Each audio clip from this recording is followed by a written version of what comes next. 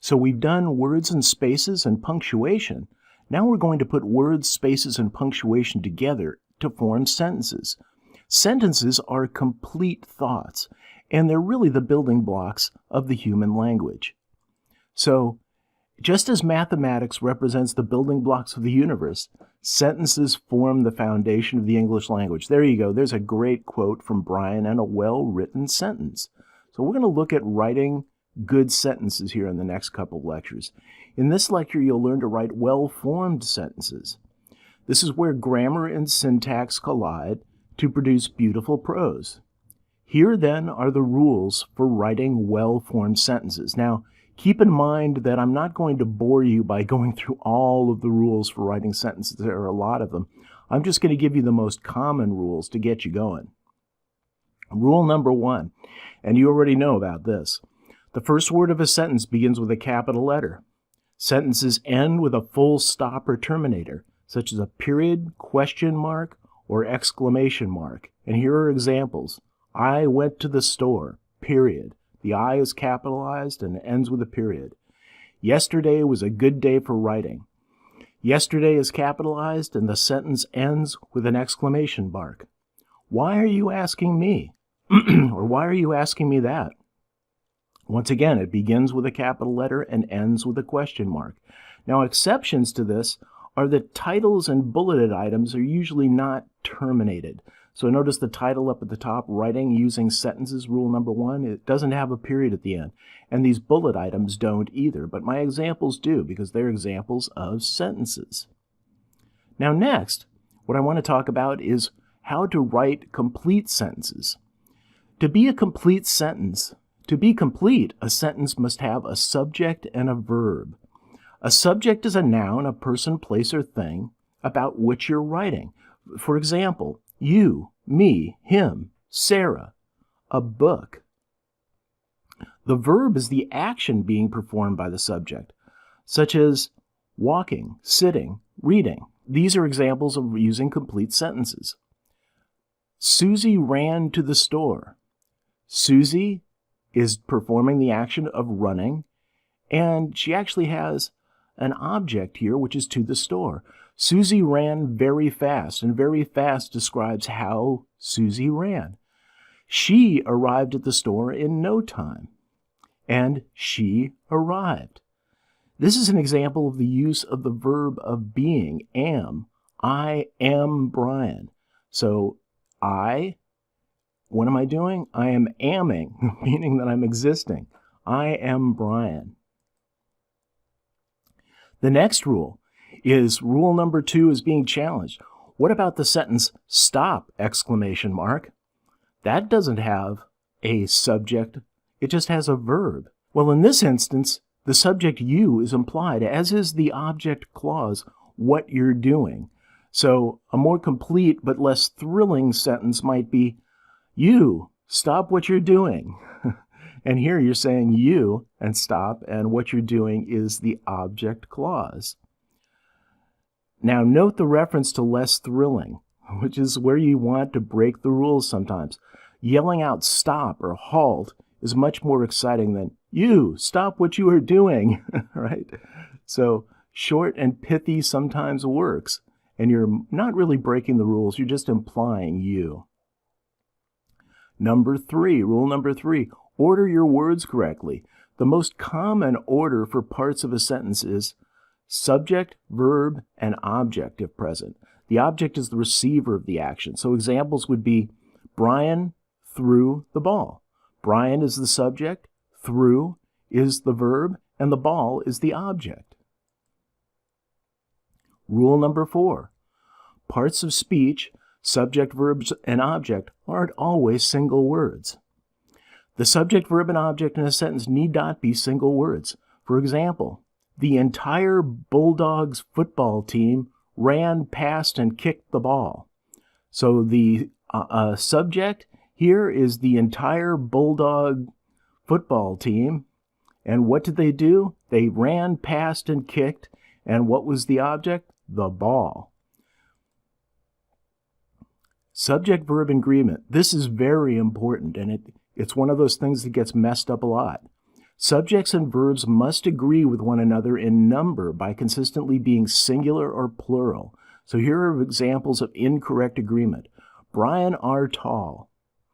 The balls is round.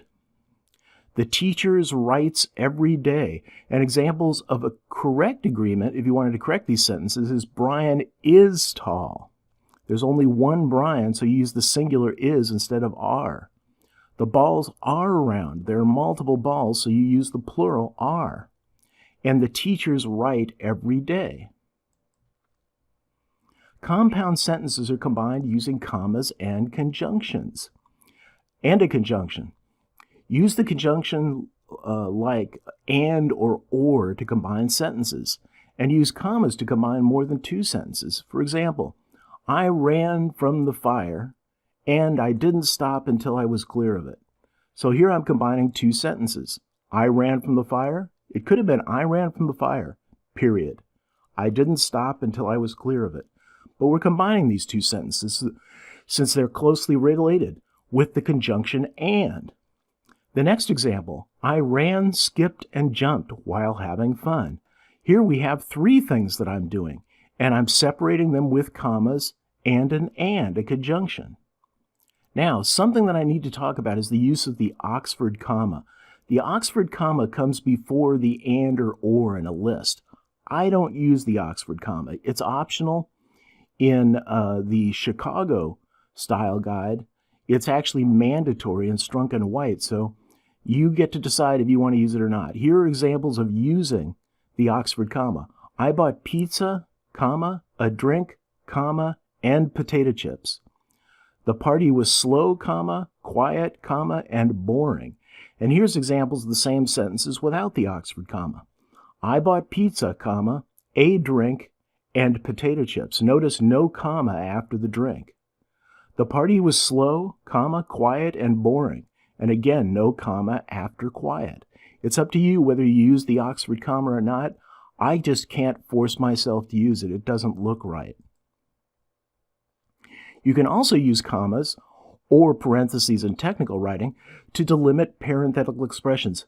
Parenthetical expressions or asides are these little asides. You almost hear like a pause, like your voice changes. Let me give you an example.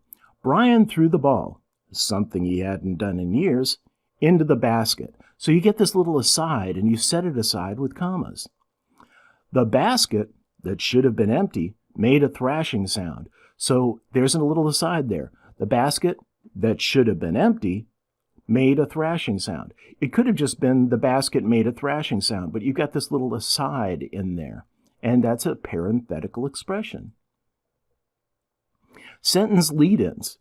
They're short introductions to the sentence set off by a comma. And here's some examples.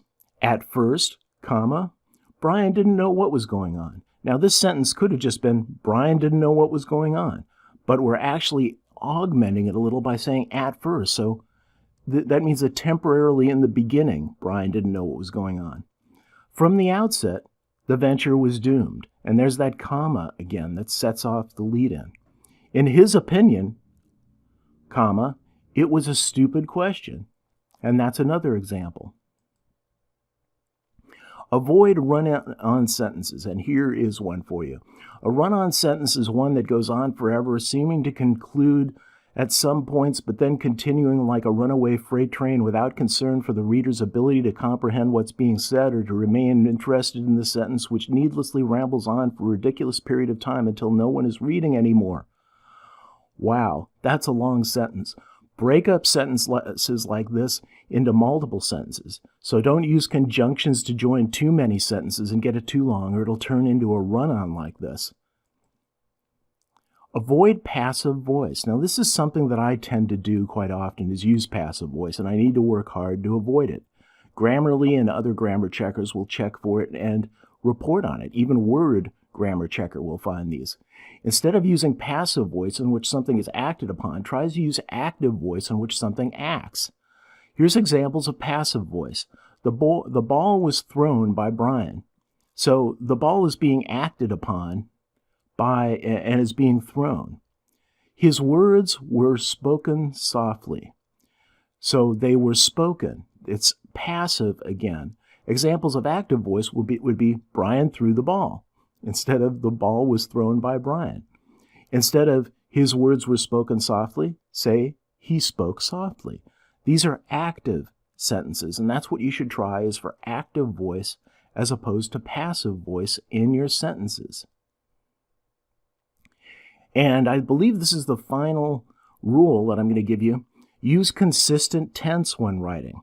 If writing in the past, don't make the mistake of slipping into present tense. And here's examples of mixed tense. Brian ran before he walks. That should obviously be walked. Walks is present tense, and ran is past tense, and you're mixing them. So if you're going to write in past tense, which is the most common tense to write in, then it should be Brian ran before he walked. He spoke to the man but speaks quietly. Okay, that should be spoke again. So he spoke to the man but spoke quietly is what that should be. They should both be past tense. So maintain consistent tense. And that's all. That's all that I'm going to give you on sentences. In the next lecture, we're going to do the sentences workshop, where we're going to bring up the word editor, and I'm going to write sentences for you and give you examples of all of these things that we just covered. So I'll see you in that lecture.